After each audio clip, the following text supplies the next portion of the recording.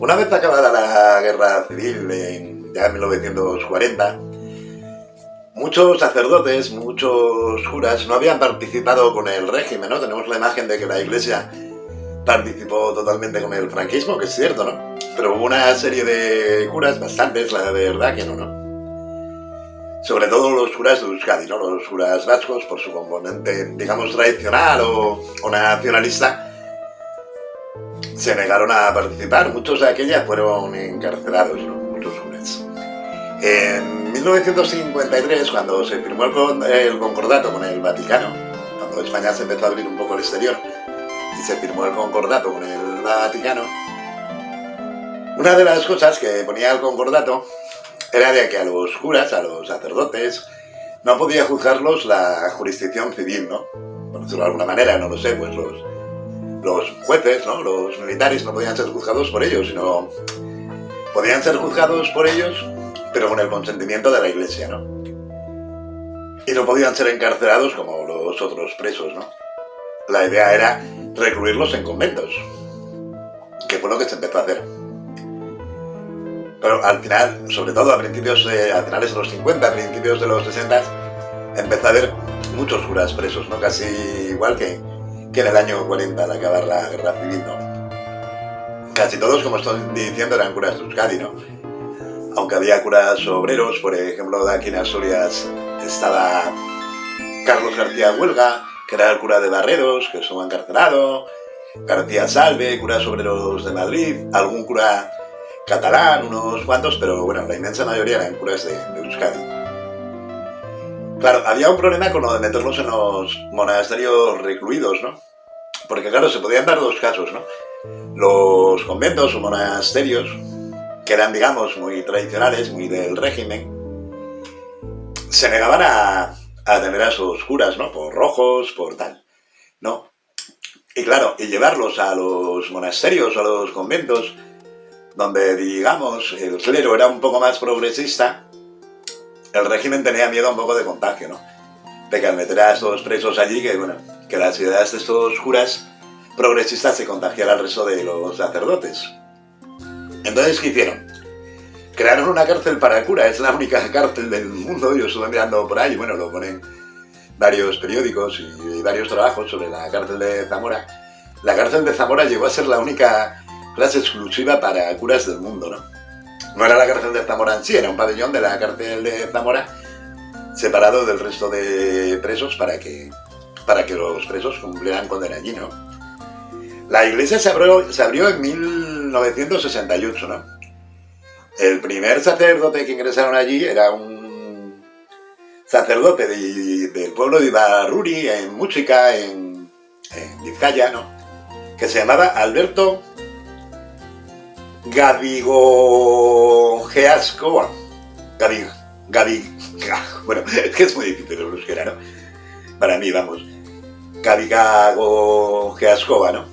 Este sacerdote, pues bueno, había hecho unas homilías, unos discursos en contra de la represión, a favor de los presos políticos vascos, y le habían metido una multa de 10.000 pesetas, ¿no? Por la homilía. Él se negó a pagarla. Entonces fue, digamos, el que inauguró, ¿no?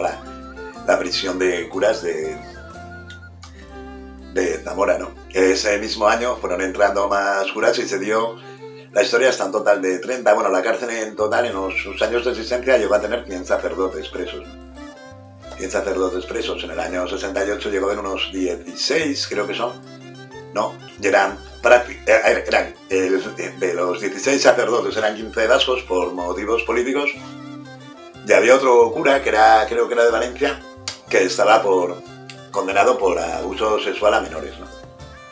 Por abusos sexuales a menores, que ya se daba de aquella, ¿no? Se dio toda la vida dentro de la iglesia, ¿no?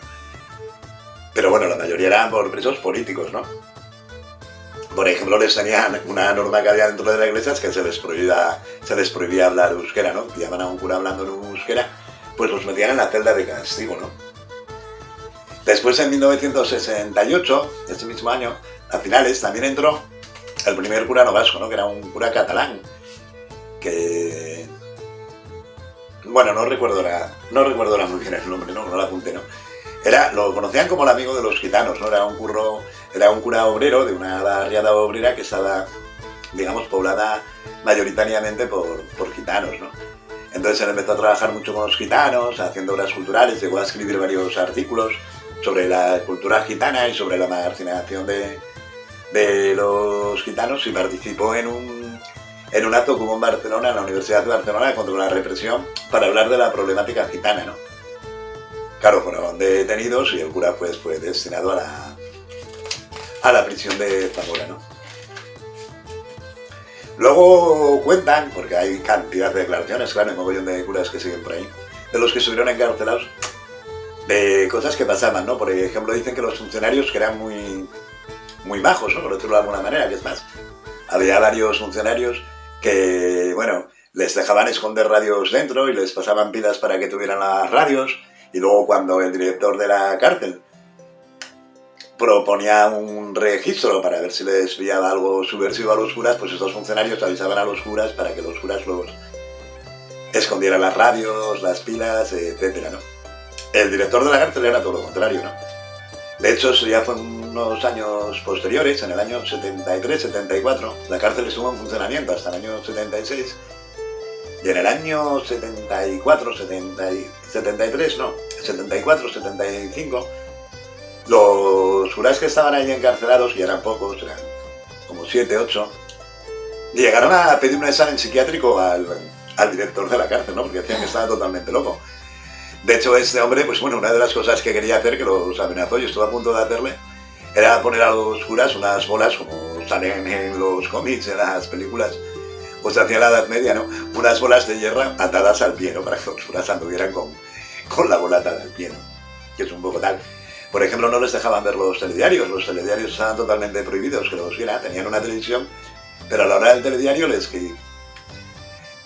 quitaban la televisión, ¿no? Se la pagaban para que no vieran el telediario, cosa que era un poco absurda porque era el telediario del régimen, ¿no? Por ejemplo, los periódicos se los capaban, y les capaban las noticias religiosas. Ellos les daban el Norte de Castilla y el ABC y el Ya. ¿No? Se los daban para que los leyeran. Y todas las noticias que venían religiosas, cartas de obispo, cosas del Vaticano, las borraban. Se las daban borradas para que no las pudieran leer, ¿no? Sobre la correspondencia, pues bueno, ellos nada más que podían escribir una carta a la semana, que era los jueves, ¿no? Los jueves podían escribir una carta. Entonces la carta primero era revisada por el director, a ver qué ponían los curas en la carta. Y la carta nada más que podía ir a familiares de primero grado, o sea, padres y hermanos. A un primo no le podía mandar una carta, por ejemplo, ¿no? A un sobrino o a un primo, tendría que ser o bien a los padres o bien a los hermanos. Y las cartas pues eran revisadas por el director, y ya no era que tachara nada, es que si veía algo incongruente, algo que no le gustaba al director dentro de la carta, les devolvía la carta a los presos y hasta la semana siguiente no podía mandar otra, ¿no? O sea, esa semana no podía mandar correspondencia, ¿no?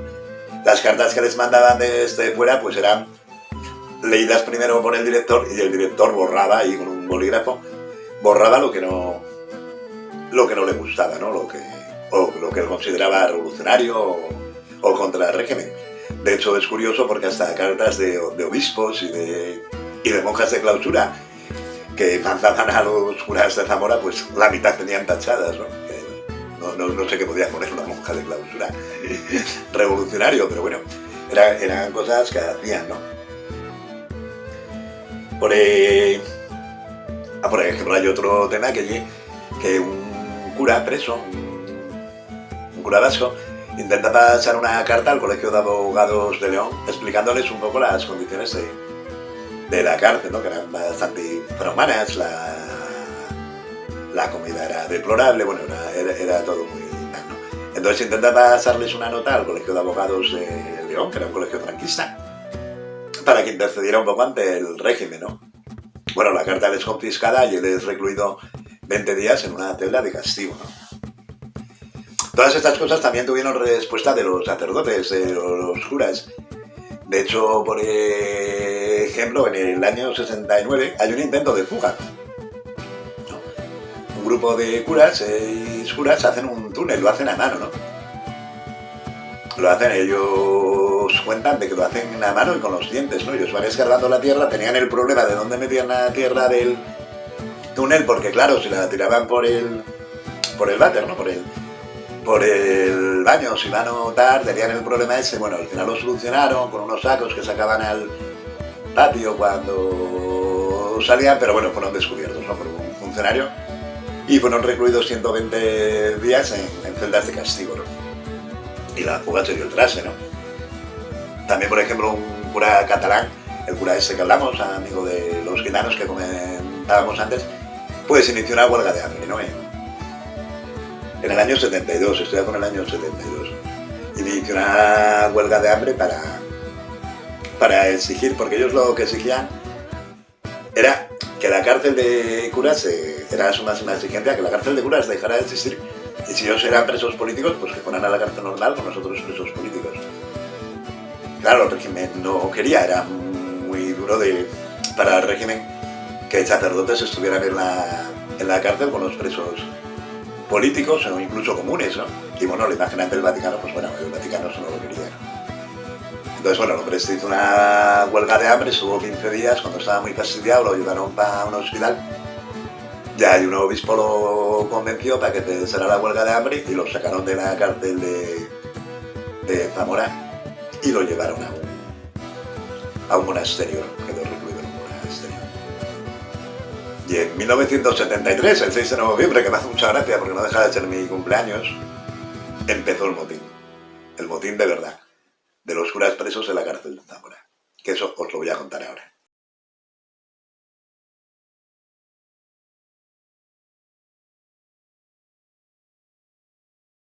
El 6 de noviembre de 1973, 6 de los 7 curas que se hallaban presos en la cárcel concordatoria de Zamora protagonizaron un motín. El otro preso, uno llamado Nicolás, se hallaba gravemente enfermo.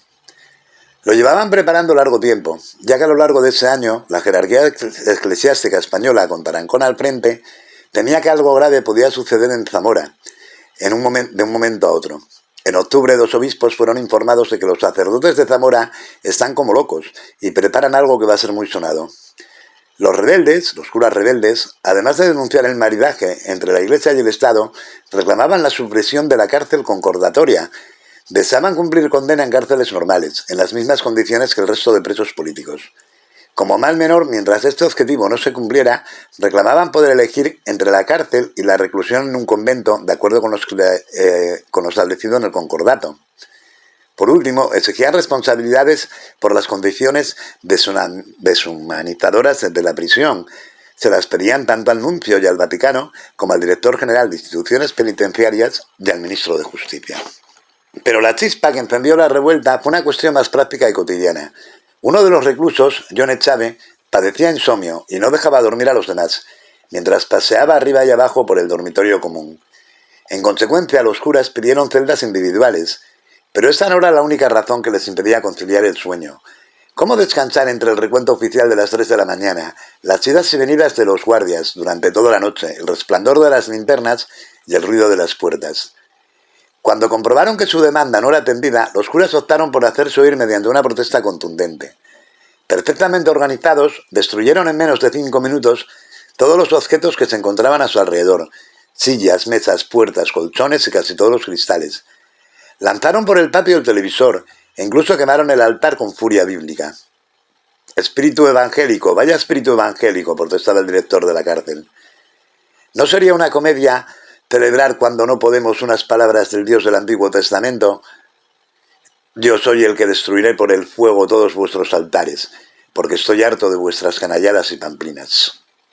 Los amotinados fueron condenados a pasar 120 días en celdas de castigo. De día estas celdas permanecían completamente vacías. Por la noche les metían solamente un colchón. Sin embargo, lejos de amilanarse, los curas reaccionaron iniciando una huelga de hambre. Enterados de esta decisión por rumores, el obispo de Segovia, Antonio Palenzuela, y el obispo auxiliar de San Sebastián, José María Setién, les visitaron para disuadirles y les comunicaron que el subsecretario de Justicia había prometido que sus problemas serían tratados en el Consejo de Ministros, pero no lograron convencerles. En un comunicado, los presos manifestaban que no habían tenido más remedio que la violencia para conseguir que sus demandas fueran atendidas. Los sacerdotes encarcelados en la prisión de Zamora, viendo que son inútiles todos los medios legales y las gestiones hechas oralmente y por escrito, nos hemos visto a quemar y destrozar por nuestra cuenta esta vergonzosa cárcel. En el documento definían la cárcel concordatoria como el fruto bastardo de las relaciones de mutuo interés entre la Iglesia y el Estado. Esta no es una reclusión conventual, como creía mucha gente, sino un penal tan opresivo y deshumanizador como otro cualquiera. La ausencia de los servicios más elementales, habitaciones individuales, talleres, economato, acababa con la paciencia de los reclusos, que tenían todavía por cumplir largas condenas. Pero los que más sufrían los sacerdotes, lo que más sufrían, no eran las condiciones materiales de vida, sino el aislamiento total respecto a los demás presos, sobre todo si eran políticos, unido al despotismo del director de la cárcel.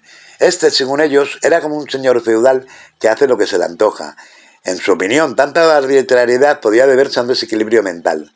El catequismo del actual director está tan próximo a las manías que hemos tenido que solicitar se le someta a una investigación psiquiátrica. El comunicado finalizaba con las reivindicaciones que motivaban la huelga. Al Estado, los curas le pedían el traslado a otra prisión y que no se les mantuviera separados del resto de presos políticos.